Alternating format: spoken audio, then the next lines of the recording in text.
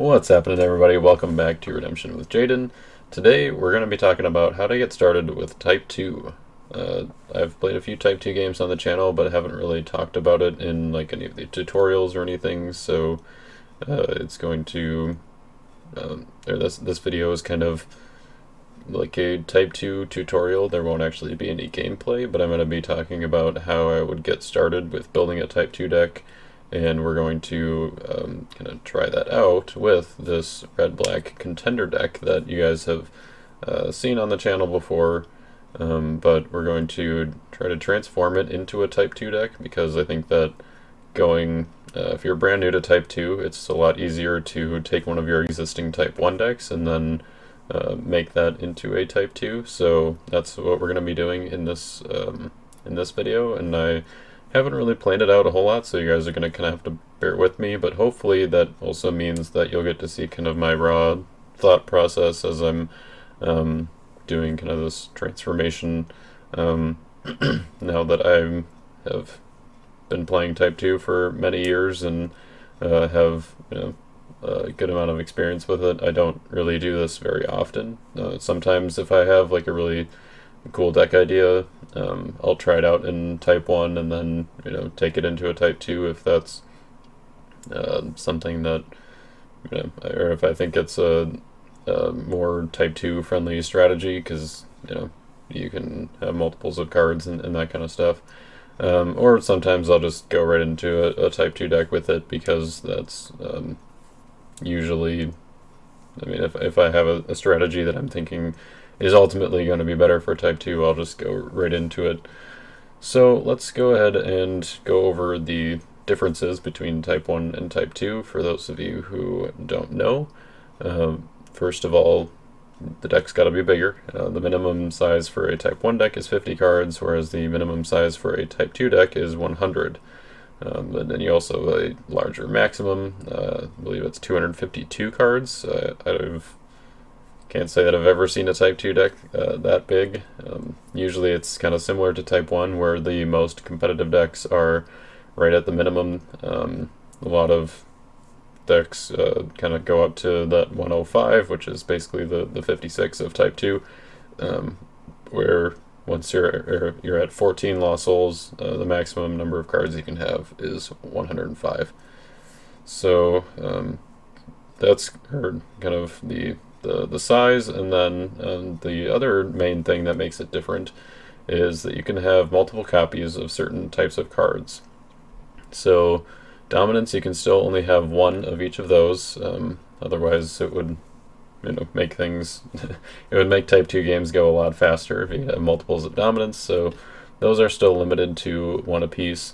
Lost Souls are limited to 2 per special ability, so all of these Lost Souls you can only have 2 of.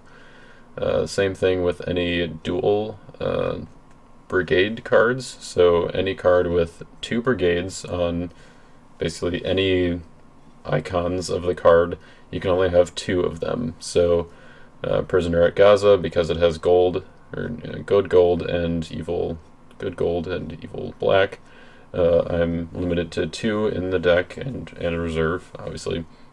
And same thing with like Ahamaz, who is red and teal. I can only have 2 of him per deck.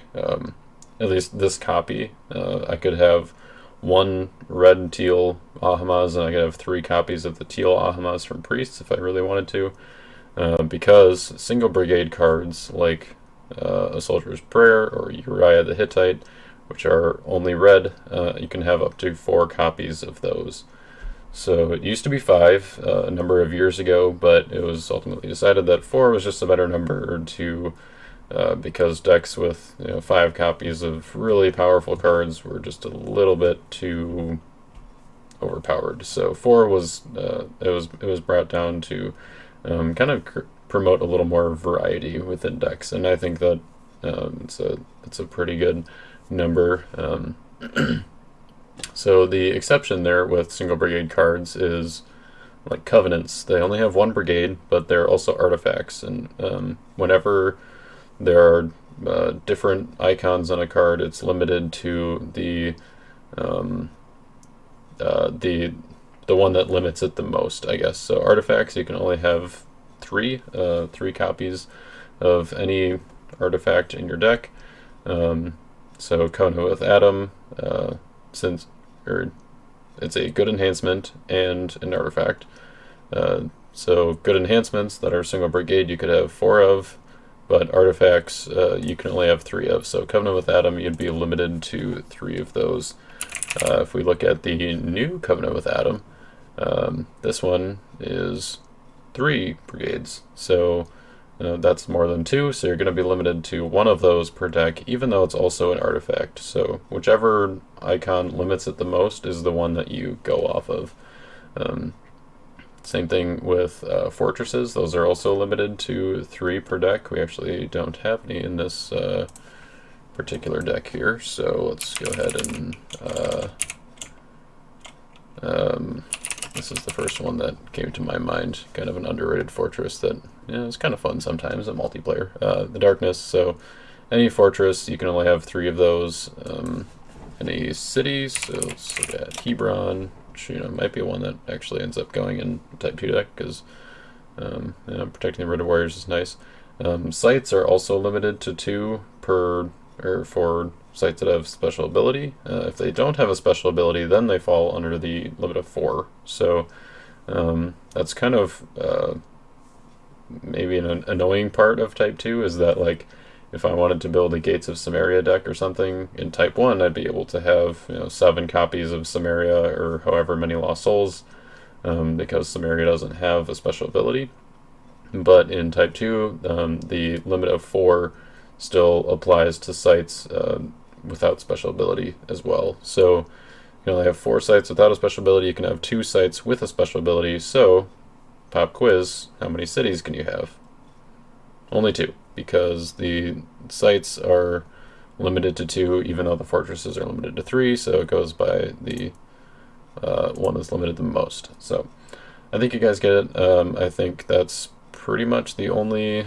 trying to think if I'm missing anything as far as quantities that you can have. Basically, any more than 2 brigades, it's only 1 of, and dominants are only 1 of as well. As far as the size of each, I guess, category of the deck, you can see that I have the deck kind of separated into 3 different sections here. So this section has Lost Souls and artifacts and cards that are both good and evil, so this is your neutral section. This is the good section, which has all the dominants, covenants, heroes, good enhancements, and would have any good fortresses as well. And then evil dominants, curses, evil fortresses that don't exist in this deck, evil characters, and evil enhancements. So this is the good section, and this is the evil section. In Type 2, these the good and evil have to be exactly balanced. So you have to have exactly, a number I usually shoot for is like, if I have a 100 card deck, is 37 good cards, 37 evil cards, and then 26 neutral cards to get us up to 100 cards. So neutral cards doesn't really matter, they're kind of the filler, so to speak, but good and evil has to be balanced, which is one of the things that I think is really fun about Type 2, because a lot of people always, like in Type 1, it's like so offensive heavy, whereas in Type 2, you're forced to play a balanced deck, so games will be a little bit longer. You also, will have like more interaction throughout the game. So I think that's definitely one of my favorite parts of Type 2. Recently, there was also the addition that the reserve could be up to 15 cards instead of just 10. This was an awesome addition for Type 2. I kind of wish that they had made it 20, to be honest, but 15 is definitely good. It allows for a lot more variety in the reserve than before. Like before, if I was just trying to make this into a 10 card Type 2 reserve, I would it would be very limited, and the card choices would be like very important. Now you can have a little bit more range and a little bit more variety of options, like Commander Call being able to equip a weapon from reserve, like putting multiple copies of Philistine Chariot and Horses in the reserve is great. And if it was a 10-card reserve, I would probably end up cutting Foreign Spears and or Lamai's Spear for more copies of Philistine Chariot and Horses, just because it's that much better. But now that I can go up to 15 cards, then I can have a couple more Philistine Chariot and Horses while still keeping Lamai's Spear and Foreign Spears as options for particular situations.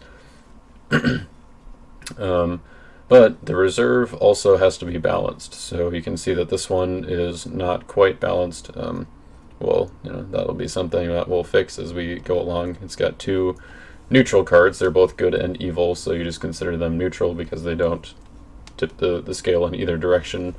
And then you have we've got 3 good cards, 2 heroes and a good enhancement, and then 5 evil cards. So if I wanted to balance this right now, I would have to just take out 1 evil card and put another good card in.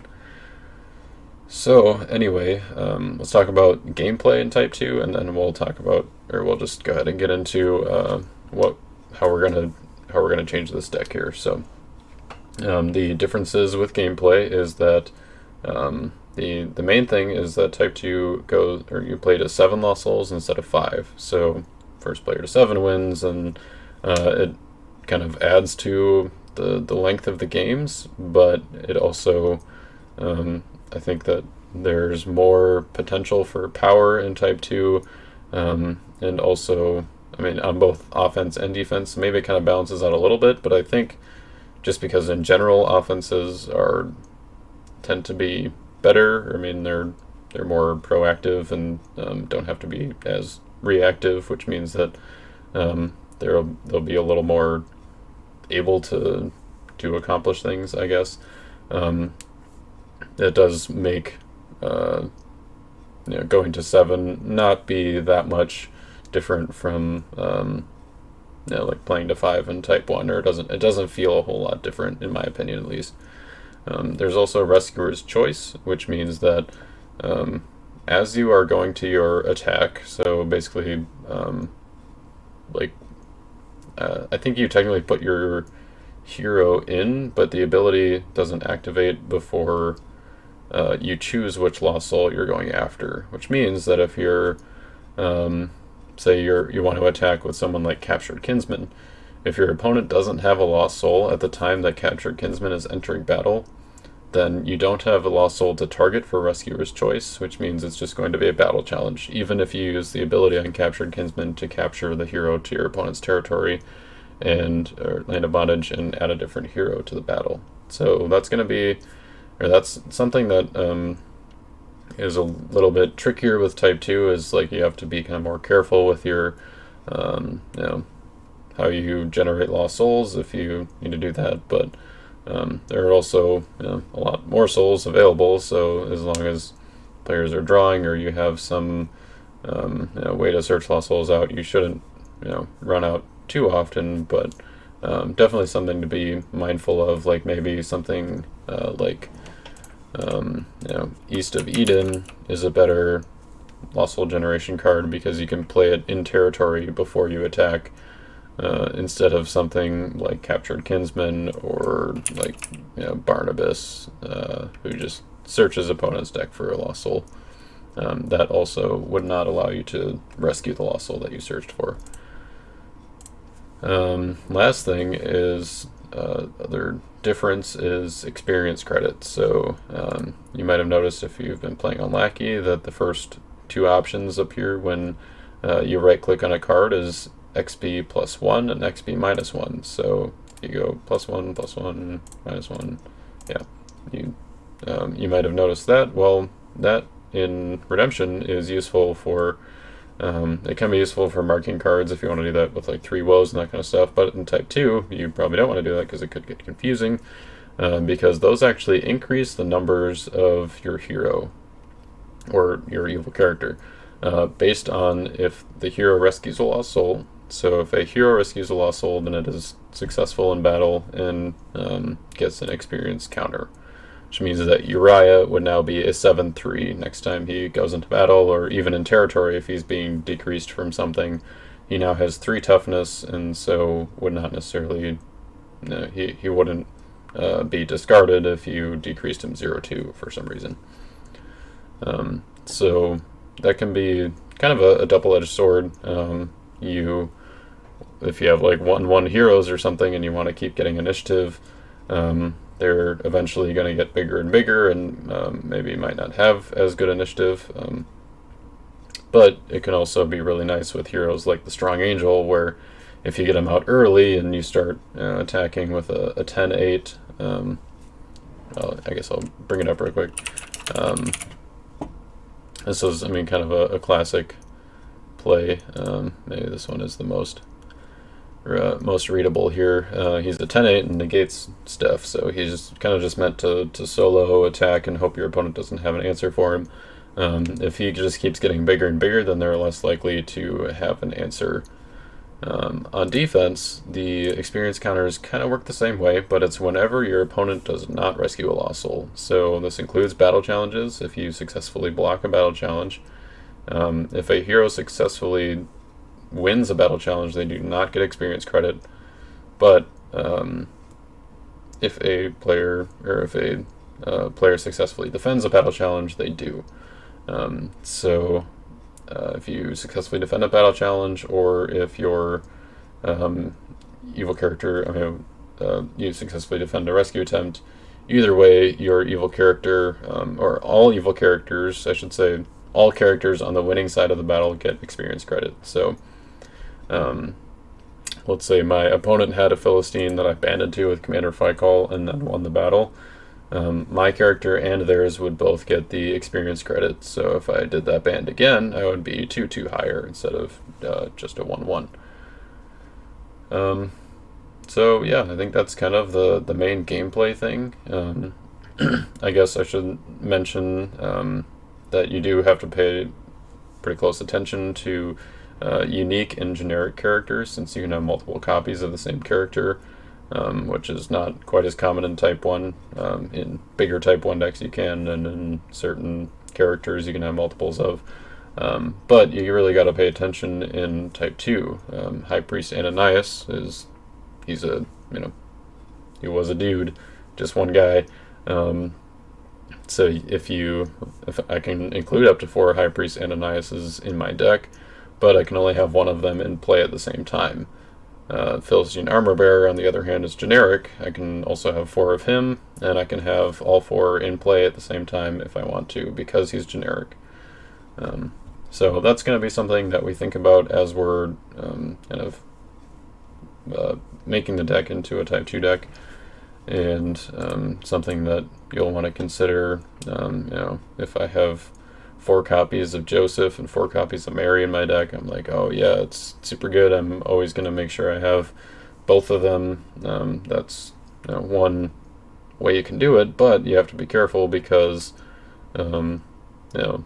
let's say your opening hand has 2 Marys in it. Well, that's not going to be all that great, because you can only put down one, and then the other one is just going to be kind of a dead card in your hand, especially if your opponent doesn't have a way to remove your other Mary. Dominant cap is still a thing, obviously, in Type 2. And up until, I guess, kind of the last few sets, it wasn't super relevant, because there weren't really that many dominants worth running, or it was kind of hard to get up to 14 dominants. But actually now, I've been in situations where I have played a 106 card deck so that I could use 15 dominants. So it kind of depends on the deck.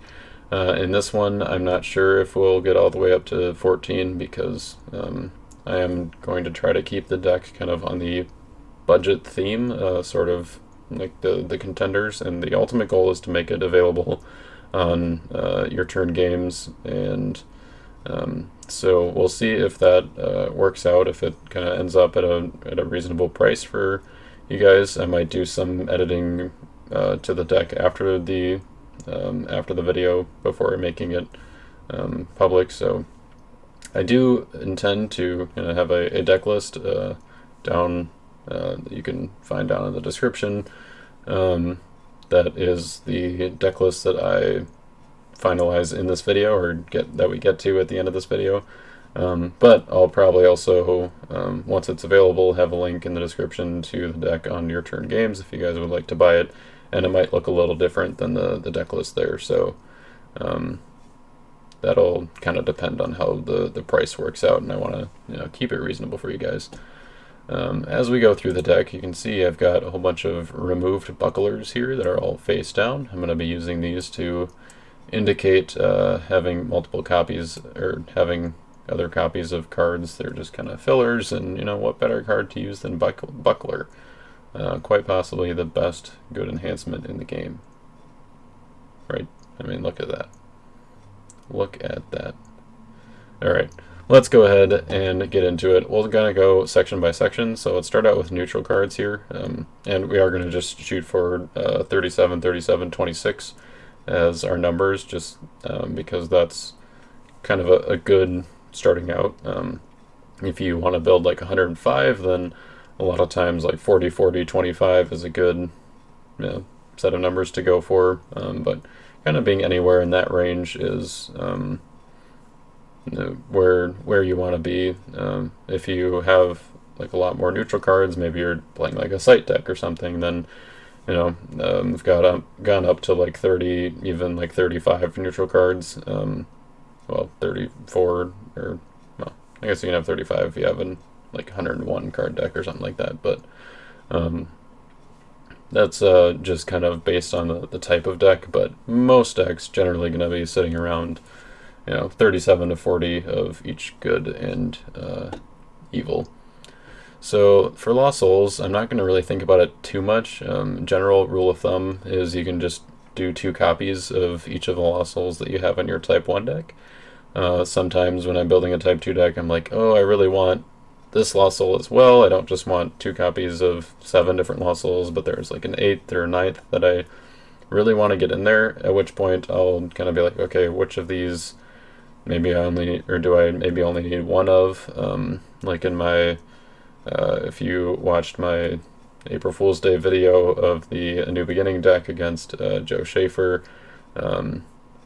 I think I ended up using, I needed to get to the Thorns Lost Soul and the Pig's Lost Soul. Thorns is it's right here. It's an Old Testament Lost Soul. The Pigs is the one that prevents drawing. That's a New Testament Lost Soul. So I had 1 copy of Hunter and 1 copy of the Escape Lost Soul. So the one that gets an Old Testament Lost Soul out, and the one that gets a New Testament Lost Soul out. Those are the kind of like exceptions that you can make, but for now we're just going to be doing 1 more of each of these, so I'm not going to make notes or anything here. I'm just going to put these in here as placeholders. 1, 2, 3, 4, 5, 6, 7. Alright, so that's 14 cards, so we've got 12 other neutral cards that we can be putting in here. Probably one of the easiest ways to go about it is starting to kind of double up on cards that you can. Like Gibeonite Treaty has both of the brigades in our deck, so that's going to be a pretty straightforward one to have 2 of. Prisoner at Gaza also helps. He is reserve access, gets to our Eliezer and our Matan and a lot of our evil cards, and also these dual alignment cards that we have in here. The tricky part about 4-Drachma Coin and Peter, that little drawing combo that we have in the Type 1 version, is that unless we include more copies of Peter, then we're not going to be quite as reliable on getting this, because we really don't have too many ways to search for Peter. Although one thing I suppose that we could do is if we put more copies of 4-Drachma Coin in the deck, we can put Peter into the reserve and then have like Covenant with Abraham in the deck. I think that might be okay, actually. So we'll think about that as we keep going here. So this one, since they're right on top of each other, it'll be kind of obvious what cards they are. But I think we'll probably want to have another copy of Foreign Sword We'll put that in the main deck. And we could probably have another copy of Goliath's Sword as well. Sometimes the notes thing doesn't work, so alright, now we got it. And sure, we'll get a Goliath's Sword in here. I'm not really sure what other artifacts we want to have in here. Definitely probably want to have more than just the one artifact here, so I think like Golden Cherubim is probably a good call. So yeah, let's get one of those in there.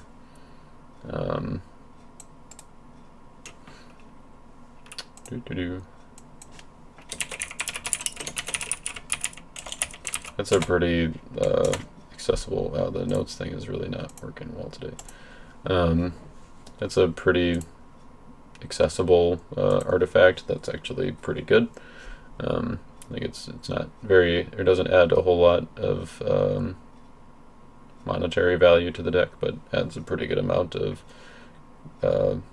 effectiveness value, I guess. I don't know. Golden Calf might actually be a good one too here.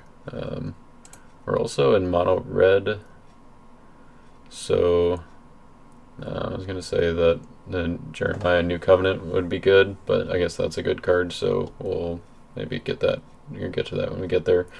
So far we are at 8 cards except Lost Souls, so we've got 4 more cards to go.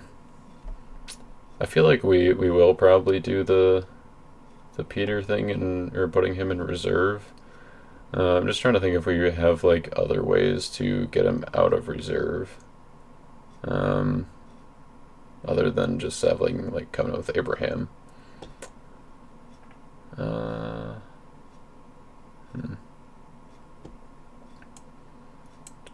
I think we're just gonna wait. We've got 4 more cards to go in here, but I think I'm just gonna hold off on those until we get kind of our good and evil stuff figured out. Like we might think of some other artifacts that would be helpful with the good cards that we're adding, and we might think of like some sites that could be beneficial.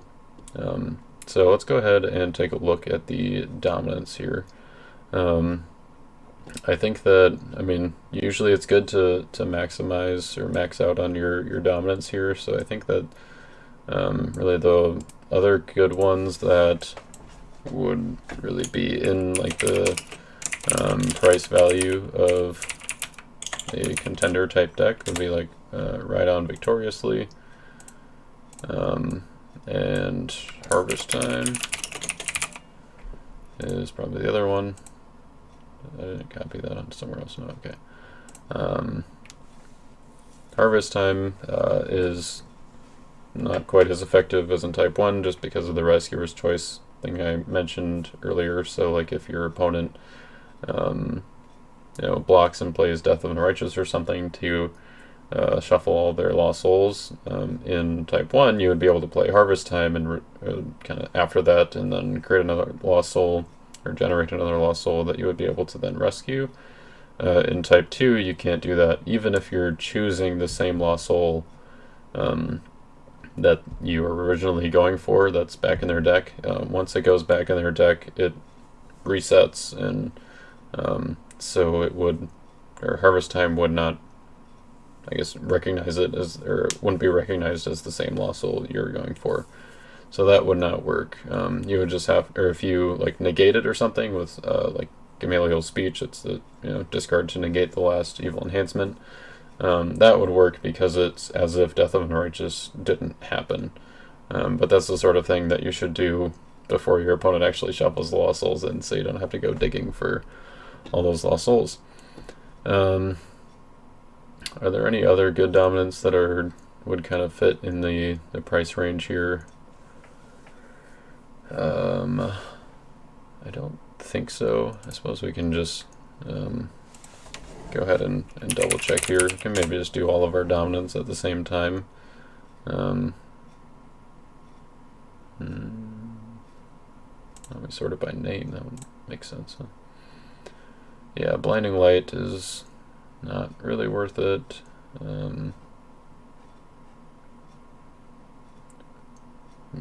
Yeah, Glory of the Lord is probably too expensive. We don't have Solomon's Temple or the Tabernacle in there yet. I mean, we could add that eventually, though. Yeah, so nothing really in the price range for good dominance still.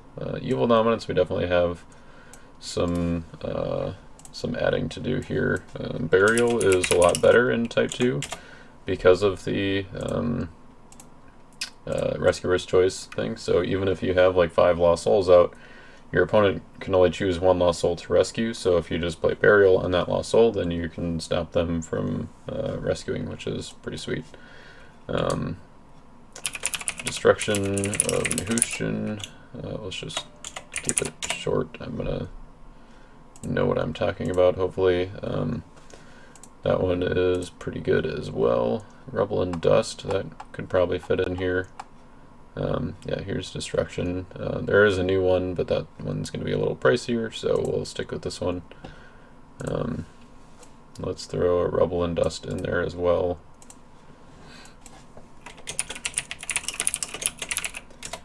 Rubble and Dust is, I think, a little more expensive, like $8 or something. I'm not actually going to be looking up any prices yet, which is why I'm going to be going over the list afterwards to kind of see where it balances out.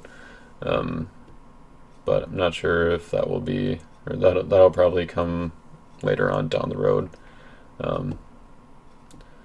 So let's see. Vain Vision probably isn't really worth it. We don't have any like evil prophets to benefit from there, even though it would be another one that would fit our price range, I guess. So yeah, I think that's where we're gonna call it for dominance. That's 6 good and 6 evil. That's pretty good. As you know, if you guys buy the deck, then you might have some other dominance available, or as you keep playing, you might acquire some. So even something like Valley of Dry Bones, or the Falling Away or something like that, those are that are kind of a little more expensive. Those might be you could probably fit those into the deck. Actually, the Cloud Falling Away, I'm not sure how much it's at right now, but let's go ahead and just put it in there. I mean, it's not an ultra rare, so it's not like ultra rare. It's I think, I don't know, I think that there's enough synergy with this deck that it would be good to include anyway. I'm just gonna put it in here for now because I think it makes sense. Basically, the trick you can do is, since you can convert a human hero to an evil character in any brigade until end of turn, you can either use that to block. If they only have 1 hero, you convert it, and that's basically a block because it goes back to their territory. Or you can use it offensively to convert their male human in territory to an evil character in a brigade that they aren't playing, and then you can attack with Azahel, who lets you either band or choose an opponent's male human evil character to block. So you choose the hero that you converted, and presumably they won't have anything to play on that evil character. So that's another way that Falling Away often gets used, and I think would be a good addition to this deck. So let's go ahead and go on to the rest of the offense here. I think having another Covenant with Adam is probably okay. It's not a very super high power card, and it is not great when you get get both of them, but I think it at least won't take up space in your hand, because you can always just put it face down as another artifact. Your opponent might get rid of the other one, and having them both just kind of increases your chances of being able to hit one of them when your opponent has an evil character down with low toughness that you can choose to block with as a hell. As I'm pretty sure I mentioned in the deck strategy and tips and stuff with the red-black contender deck, or at least in the video. I don't know. Maybe I didn't. I'm just going crazy. No, I'm pretty sure I did, because I definitely mentioned coming up with Adam, because I remember talking about how our defense is basically built to withstand it. Like if your opponent has 3 or fewer good brigades, then your outsiders gets kind of affected by it, but otherwise you're going to be pretty unscathed, I guess. It actually works really well with Demetrius because he's a 1/4, so decreasing 0/3 makes him a 1/1. So anyway, when you're figuring out what duplicates of characters you want to add, usually it's best to avoid having duplicates of unique characters. Like I mentioned earlier, having too many Mary and Josephs can clog up your hand and can make things kind of difficult, or you just have cards that you can't really do anything with, and that's never good.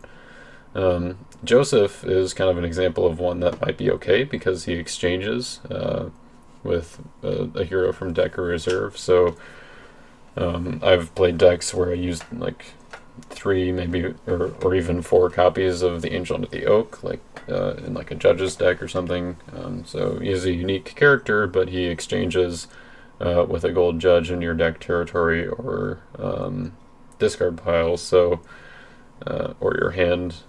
So odds are, if you it's such a high impact hero that you don't mind drawing multiples of them, because you can just attack and then exchange to your deck, and then you have another one ready to go for next turn or whatever. Eventually it might catch up with you, and like all of your heroes are in your territory that you want to be exchanging with, so then the other ones you draw aren't quite as good. But later in the game that's not quite as bad. It's really like early in the game, if you draw a couple and have fewer resources to work with than your opponent, it's a lot more significant earlier in the game. So that being said, we're going to be looking at maybe more copies of heroes like Captured Kinsmen that are generic. The rest of these are unique, so I think that this whole stack is probably going to just stay at 1-ofs. And our really high impact heroes, I guess, is going to be like David. You can probably have 2 of him. Actually, you know what? I think we're actually... I think to kind of add a little variety, I think adding a David the Shepherd would be pretty good. Because so David still does count as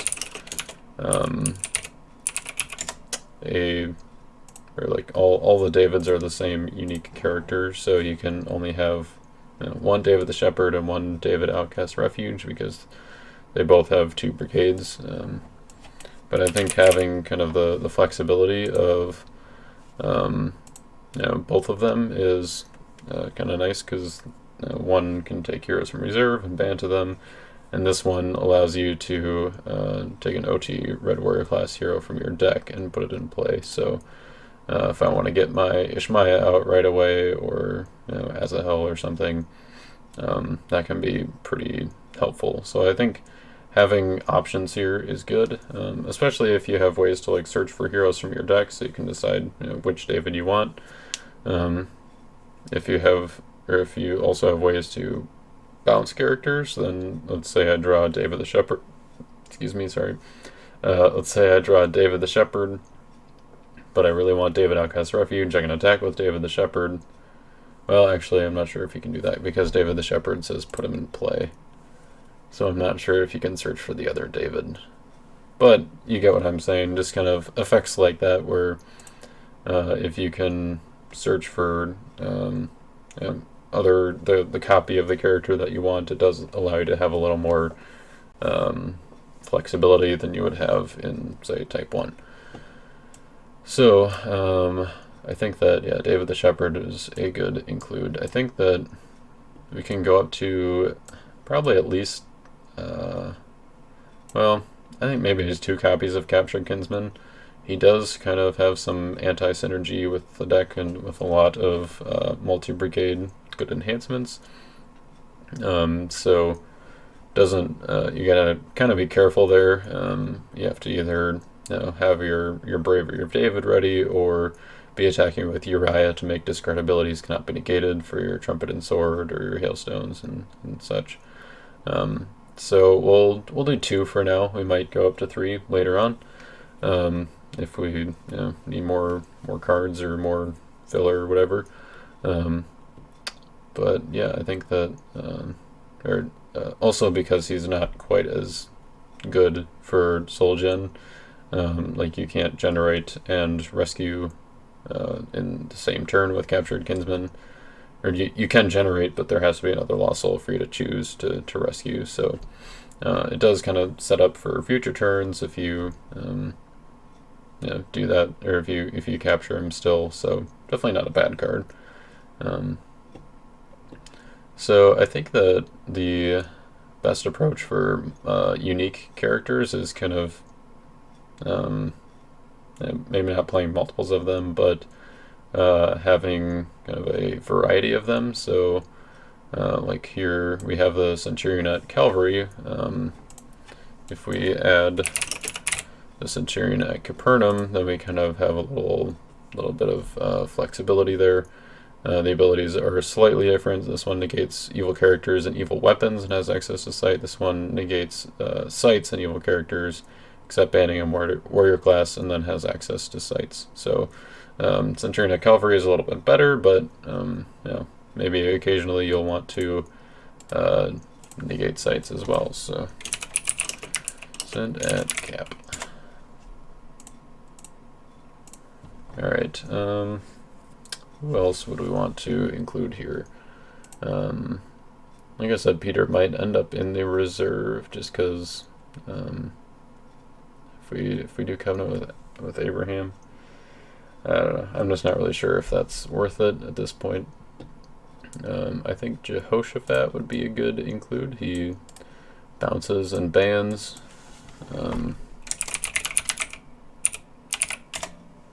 That time I wanted to work. And he's also another meek hero that's kind of big. He's a 10-12, so if we get some synergy with Mary there and even with Joseph, and we can make him really big and beefy, and make him protected from harm, which is nice. I think we will actually put an extra Ishmael in reserve, just because having David being able to ban 2 Ishmael is pretty good. So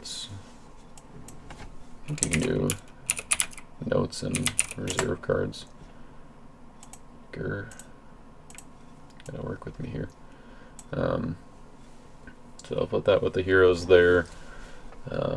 Just remember we can go up to 15 cards in the reserve, so we've got a little bit of wiggle room here. How many heroes have we got? 1, 2, 3, 4, 5. 1, 2, 3, 4, 5. 15 right now. It's not too bad. So basically, I mean, we've got, if we're going for 37 cards, then we have 29 characters and enhancements to work with. We can also add some other, like fortresses and that kind of stuff too. I think that actually there are probably a couple that we want to add, like Wall of Protection, definitely be a good one. Probably just go with the Apostles one for sake of price, but with a big banding chain kind of offense that can be banded to pretty easily, then having a Wall of Protection is usually a pretty good idea. Maybe could have been in the Type 1 version as well. It might even be on the list of recommended cards. Let's see, do we want any other heroes here? Maybe like Heldai or something. He also bans. Jotham might actually not be bad. I can convert this card to take a good card from reserve. That would be another way to get Peter out. Yeah, I think that's pretty good. And you can ban to a meek hero, which can give us some synergy So he converts to meek and then bans to meek, so that means that you can get 2 meek heroes in battle that are protected from harm with Mary. So yeah, I think putting Jotham in the deck would be good as well. And I guess technically Jehoshaphat should be over here with our other multi-brigade heroes. So that puts us at 7, 11, 16 heroes right now. And then we've got 3 in reserve. Yeah, that's not too bad because that leaves us 13 slots for enhancements. I think that's a pretty decent balance. With the dual brigade enhancements like this, you can kind of do a similar thing that you did with the Lost Souls. Just do like 1 more copy of each of them. I think like we definitely will want another Jordan Interrupted here, just because drawing is fairly important in Type 2. You've got a lot of cards to at your disposal, so you're going to want to be able to draw them. I should probably, as you're doing deck editing and stuff like this, don't forget to just save your game if you're ever looking at a deck like this in Lackey and using it to build. Because if I was going through all of this and then Lackey suddenly crashed, as it likes to do sometimes, I would be pretty sad if I hadn't saved the game. I mean, just like if you're playing a game and didn't save. Ooh, that's another hero that I think we'll probably want. Phineas, son of Eliezer. So he's going to also be another Tabernacle Priest. Phinehas. Forgot. He's another Tabernacle Priest and also is another piece in the banding chain. So yeah, he would be good with Trumpet and Sword to take out some sites and evil fortresses, which are going to be more popular in Type 2 because there's more space for utility cards like that. And also works with Jordan Interrupted. We should probably get some Tabernacle or Priestly Artifacts in the deck too. Just to get some synergy there. We can probably work on that. So yeah, I think we'll have another Trumpet and Sword for sure. And I think cards like Bravery of David, there aren't a whole lot of cards that you want to go 4-ofs in Type 2, but if there are probably going to be single brigade enhancements like Bravery of David that are just super strong, and maybe even I can maybe even do 4 of a Soldier's Prayer, because a Soldier's Prayer is essentially every other enhancement in the deck as well. So let's go ahead and just start with filling those out. I think probably the most important is doing a Soldier's Prayer. Soldier's Prayer is probably one of the more expensive enhancements in the deck, though, so that might not stay as a 4-of in the purchasable version. But it does put us at 13 without even having the duplicates of the dual brigade enhancements. So maybe we'll just do 1 Bravery, let's just do 2 Bravery of Davids. I mean, it's good, especially if you can get your David out. Since we don't really have any ways to search for David, then having the ones that take out all evil characters in battle is going to be pretty helpful. So that accounts for these 2 at least, as far as enhancements to copy.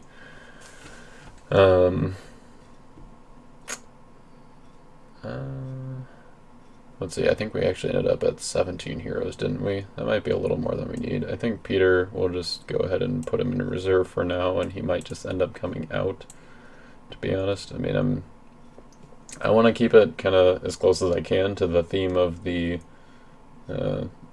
Type 1 deck, where it's kind of getting a broad range of the NT, or of the Red Brigade themes, I guess. We're getting some New Testament stuff in there as well. Peter really isn't all that great and shouldn't be in a red splash deck. You probably wouldn't see Peter in any competitive decks. He was just kind of here's a good way to get some extra speed into the deck. So that was something that, I don't know. He might not. He might stick around in reserve here if we can find some reliable ways to get him out. But because I mean, having multiple copies of 4 Drachma coin is kind of nice. Getting an extra draw 4 on each turn. Maybe we don't need an extra covenant with Adam. We just bring that down to a 1 of. Keep that there and have kind of a better enhancement for us. Maybe we do another helmet because that can help us fill out our reserve here and take out some of the negates that we have here, especially the Battle of the Lords. It's a pretty good one. Maybe we'll go ahead and put another one of those into the reserve right away. That puts us at 6 good cards in the reserve, which is usually a pretty good goal, I guess. Like usually I end up either going 7-7-1 or 6-6-3. I don't think I've had any decks that go 5-5-5 yet, but those are kind of the main options, I guess. Let's see, so we've got 1, 2, 3, 4, 5, 6, 18 enhancements right now.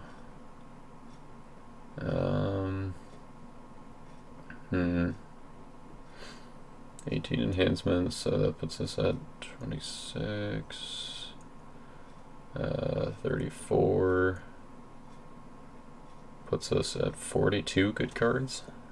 Yeah, we're a little bit over.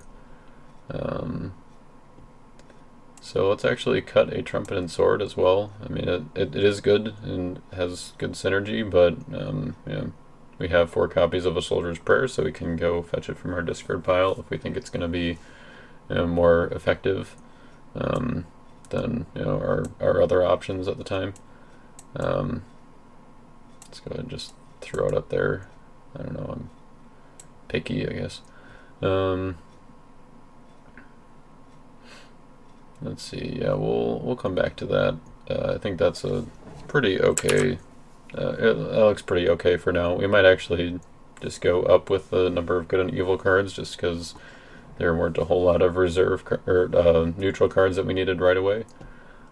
So let's go ahead and look at the evil. We've got 7 evil dominance, which is kind of a lot, but that's without having any of that neutral dominance, like 3 woes, destruction, and Chronicles of the Kings. Then that's not too bad.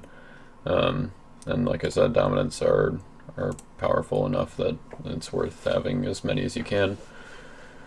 So I think having an extra copy of Carcasses is pretty good, because then it makes our plot to kill a little better, or overrun by Philistines a little better, and we can run multiple copies of these. So I think like doubling up on King of Tyrus makes sense. He's definitely one of the strongest blockers right now, even though he is unique. But if you have one of them, your opponent is basically going to have to try to figure out how to deal with it at some point. So as long as they're playing an Old Testament offense, maybe it won't be too long before or after this video comes out that New Testament offenses will be popular in the meta, and you can take King of Tyrus down to a 1 of. But right now, Old Testament is the offensive choice, I guess, or by most competitive decks anyway. So yeah, King of Tyrus is going to be pretty strong. Having 2 copies is nice, especially because you can then get Doomed Canaanites in your opponent's territory a little bit faster. Let's see, Commander Fikal, he's probably still just a 1 of, especially because we have Philistine Armor Bearer that can be multiple of. He's kind of like a Soldier's Prayer, where he turns into any of our evil characters, and he also goes into the reserve. And actually, one thing that if you watch my Type 2 video with Joe Schaefer, if you haven't yet, well, maybe this is a sign that you should, because you'll get information. Using the old Philistine Armor Bearer in his place is actually they're not in its place, but like in addition to it, is actually not that bad, because you can always just exchange for Philistine Armor Bearer. Philistine Armor Bearer, the new one has to exchange for a unique Philistine, so you can't go fetch the old one, but you can use the new one to, or you can go from the old one to the new one, and then get the benefit of the weapon exchange there. And the old ones also go to discard pile, which the new ones do not. So we might just have 3 copies of the old one in there, just because they're pretty good to get to our other Philistines.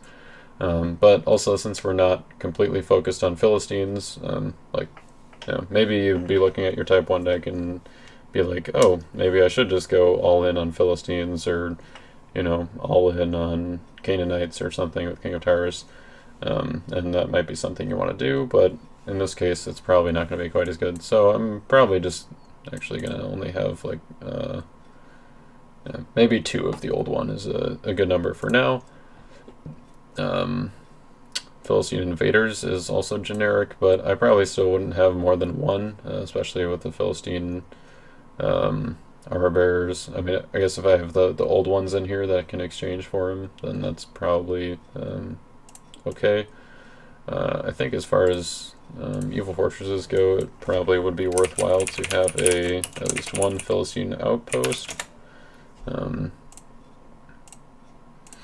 That one allows us to go grab some Philistines from our deck or discard pile. Basically, you have to discard an evil card from your deck to search discard pile for a generic Philistine. So you can just discard a generic Philistine from your deck and then search your discard pile for that generic Philistine. Or if your generic Philistine dies some other way, then you can go ahead and find it that way. Philistine Garrison is probably also worth having. You could do the old one if you need to, and that might be what ends up being in the deck to bring the price down a little bit. But for now, let's put the camp one in there. I guess it's an evil character and a fortress, so we'll just go ahead and put it with the fortresses here.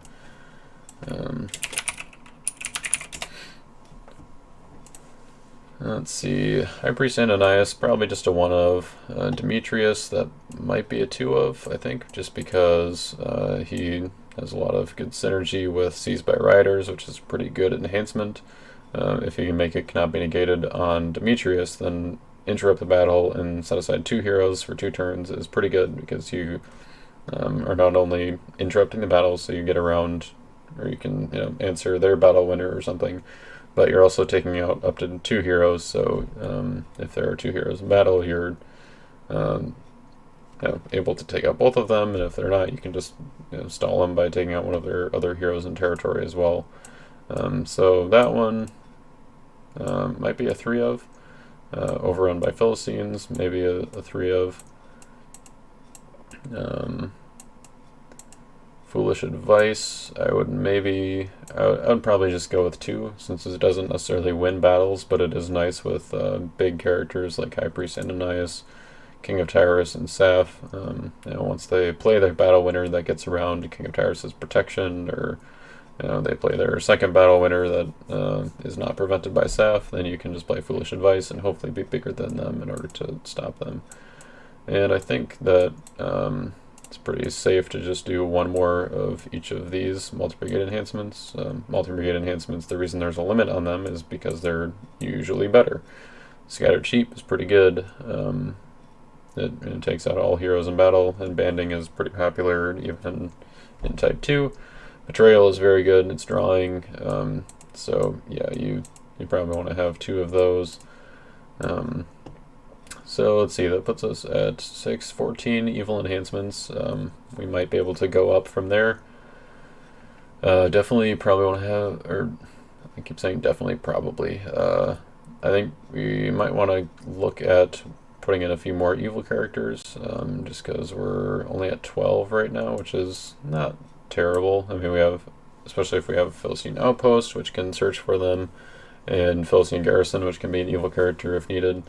I mean, overall, so that puts us at 30, puts us at exactly 37 with the evil cards right now. So, maybe that's not too bad. I feel like I'd like to have at least one more evil character. I'm not even sure who the best candidate would be. I feel like Abimelech would be a pretty good one. Help get out our Commander Fikal, and is not another copy of Commander Fikal, who is unique. So yeah, I think let's put one of those in there. Abimelech. And let's see where we are at here. You know what? Yeah, I think I want the Priest of Zeus in here as well. And the reason I thought of that is because we could put Shrine to Artemis in the deck. That could be another artifact that we include. Let's go ahead and look up the Priest of Zeus real quick for your reference. It's really to slow down your opponent. You can pick off cards in their territory. A lot of times it's dangerous to splash it in if you're not playing black, just because of characters like Asahel that can choose the blocker. You can just choose their Priest of Zeus, and if you don't have anything to play on it. But since we're in black, then probably a pretty good include here.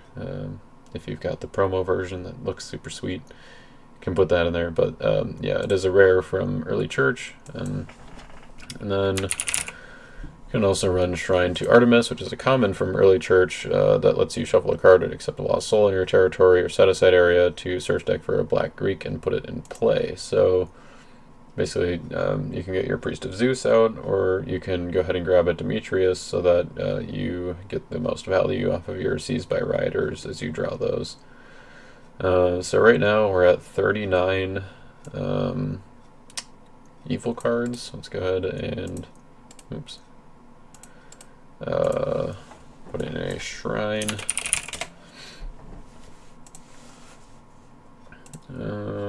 We still have a couple slots in reserve here. I think for sure I want another Philistine Chariot and Horses.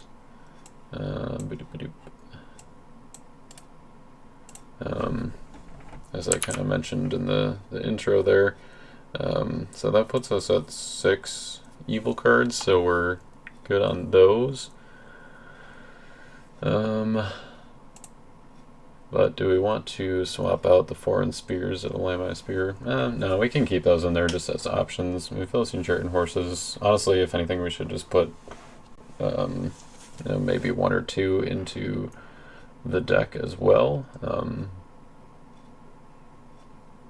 But let's go ahead and see kind of where our numbers are at. So what do we say? I think 39 evil, and then we were at 41 or 2. Let's see, 6, 7, 13, 21, 23, 31, 30. We're at 30. Wait, hold on. That can't be right. 8, 14, 16, 24, 28, 31. Oh, we're at 37 good cards right now. Well, that worked out oddly well. Okay, well,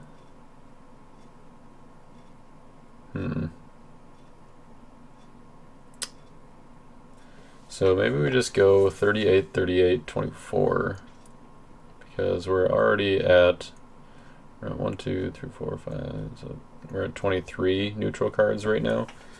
And I think if we want to keep Peter in reserve here and get that to work, then we'll probably want Covenant with Abraham. And then the last card that we put in reserve here could be a Sight, so we get a little more value from it there as well. So let's go ahead and do that. That'll give us our 38 good cards. and then we'll have to figure out what evil card to cut. I think now that we added a shrine to Artemis, we can cut a Demetrius, just to limit the unique characters that we have duplicates of, just because we can search for him now. And so I think that puts us at 38 for both. And then I think we put in another copy of 4 drachma coin. And that brings us to 24 neutral cards. So let's think of what site we want to put in reserve with our stuff here. Is there anything that we can get out with? I don't think there's anything else that lets us get sites out of reserve, so it's not quite as good. And that might be something that I end up changing to let you have other options to get sites out of reserve, like I wonder if coming up with David would be worth it, because I mean, you get out your Wall of Protection, you can get out your David. Yeah, that's actually probably pretty good.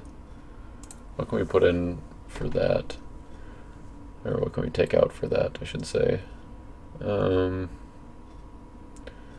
do we end up with that for heroes? We've got 8, 16 heroes. I kind of like that number. I'm trying to keep like pretty much all of the contender deck cards in there, just because like I mean if you buy the contender deck for type 1, or you already have it for type 1, then you don't have to like get different cards, or you can use all the ones that you're already used to using.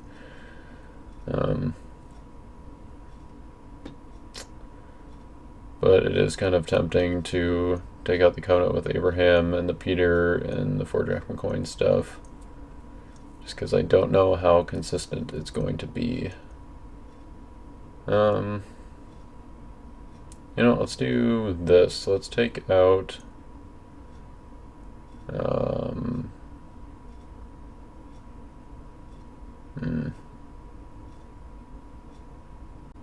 yeah, let's take out 1 copy of A Soldier's Prayer, and we'll make that a Covenant with David. Cove with Abe, Cove with Dave. Alright, I think that's pretty good. I mean, having 3 copies of A Soldier's Prayer is still pretty good, because they recycle back into your deck when you're searching your deck, and they so you can use them again later to get into your discard pile if you need to. I think that, yeah, that's pretty good. So now we have another way to get sites out of your reserve as well, because you can play Covenant with David on David. But using the artifact ability is also pretty good to get your David out quickly. You can also search for King of Tyrus if you need to, or your Abimelech, King of Gerar. So what site do we want? There are a lot that are pretty good, but the best ones are going to be the most expensive, like the Ends of the Earth. Treacherous Land is also pretty good. Majestic Heavens is maybe the best of those. Well, Treacherous Land is quite good, but even it's not quite as good as it is in multiplayer. Ends of the Earth isn't quite as good because it doesn't work to generate lost souls the same way it does in Type 1. Like we've talked about the Rescuer's Choice thing. If you had it after the battle and the lost soul comes out, then you can't choose a lost soul, you just put it in play to rescue. Majestic Heavens is the better one because you can generate the lost soul before attacking. Let's just go ahead and figure out what sites we have available here. See if there are any ones that work particularly well with our theme. I don't really have any Ruth heroes.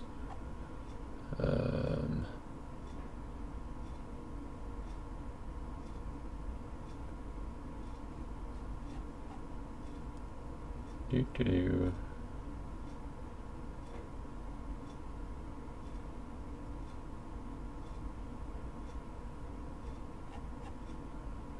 None that are super great. I mean, like, Ends of the Earth would maybe be the best one I mean, you can, like, use it on yourself to just get your good enhancements out.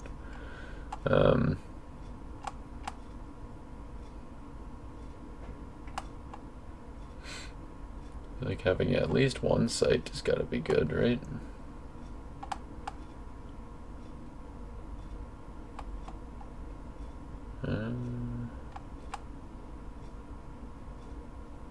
Ashdod. I mean, we don't really have any non-black enhancements, so our Philistines should be able to use everything anyway.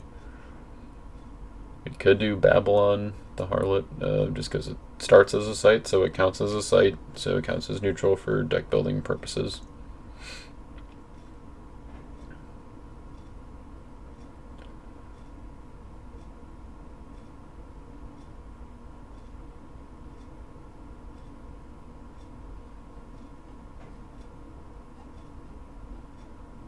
You don't really see a whole lot of site decks in Type 2, so like doing a site access site isn't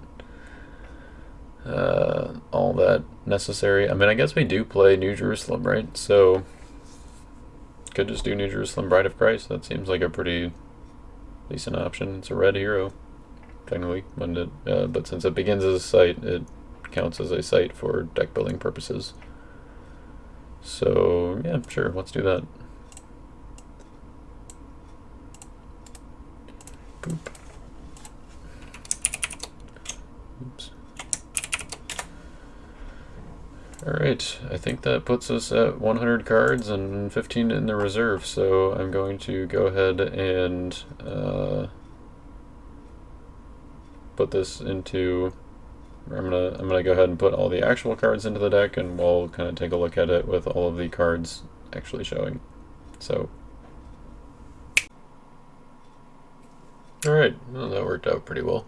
That was actually a lot easier than I thought it would be. It's this new Lackey plugin where you snap and it just automatically makes your deck how you want it, so it's kind of nice. You guys should try it out. Alright, so here's the deck. It's actually, I don't know, it looks pretty solid now that we have actually being able to see all the cards, and like it's a little easier to count characters and that kind of stuff, and see the kind of like the different, I don't know, proportions, I guess, that we have as far as the numbers of the types that we have. So I think that this deck looks pretty good. I think I would definitely try it out. I mean, as you, it's a good deck to start out with, and as you go, you might find that some of the themes within the brigades are better than the others, and you kind of want to shift it towards a certain strategy or something within the deck. Like, I mean, Red Warriors is a pretty strong theme, I guess, or strategy. So maybe taking out like the Mary and Joseph and the Centurion stuff would streamline the deck a little bit. But this is all kind of stuff that is similar in Type 1, so those kind of strategies those kind of approaches to deck building translate pretty much the same into Type 2. But there are a few strategies that are more viable in Type 2 because, like, say there's only like one or two really good battle winners. If you can have multiple copies of those, then you're better off in Type 2 than in Type 1, where you can only have like one copy. I'm trying to think of an example off the top of my head, but right now it's kind of hard since I mean, there are a lot of good enhancement. They're like good as in like valuable and unplayable, powerful enhancements in a lot of different brigades that don't have to be, that aren't specific to any particular theme. So definitely a lot of options here. I really like how much variety there is in Type 2 deck building and stuff. I think that maybe like Greeks, for example. Like you don't see that very much in type 1, but as a type 2 defense, I think it's actually they're actually pretty solid. You can like Worldly Wisdom is really good as an evil enhancement. Lets you search for any evil card in its territory class. So in type 1, that's kind of whatever. Like you've only got one of them, and there aren't quite as many evil cards usually to pick from. But in type 2, that's actually pretty good. You've got a whole smattering of evil dominance you can go for. Or just like evil setup cards that are harder to deal with, like curses and fortresses and that kind of stuff. So I think that's definitely one of my favorite parts about Type 2, and kind of why I'm releasing this video in hopes that people will kind of start to get more interested in Type 2. And I think that it's definitely more fun as far as like deck building goes, just because there's more variety to it, like I've said.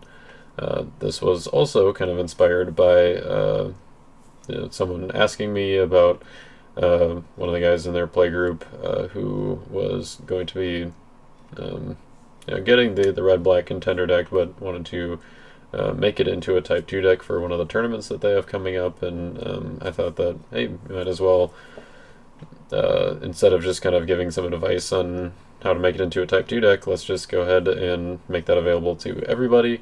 And I really hope that this was helpful. I hope you guys enjoyed getting a little more Type 2 content, even though I recognize that a lot of the player base is in Type 1, especially right now, and with like the online tournaments we haven't been able to have Type 2 and that kind of stuff. So I do want to encourage you guys to try it out, and if you ever want to play a Type 2 game on Lackey, let me know. I'll probably try to make time for it, just because I like Type 2.